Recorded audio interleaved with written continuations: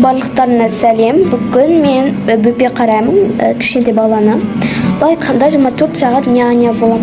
Маған бөпені қалдырып кетті, сол үшін мен бөпені кішкентай баланы қарайтын боламын. Береді, мен баймын ғой енді. Сол үшін маған өте көп ақша береміз деді. Сол үшін мен бүгін бөпені қарайтын боламын.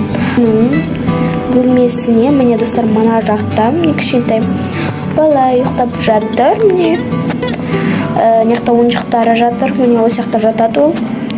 И так, біз пока что бұл жата тұрсын, и мен барып бірдеңке жасаймын.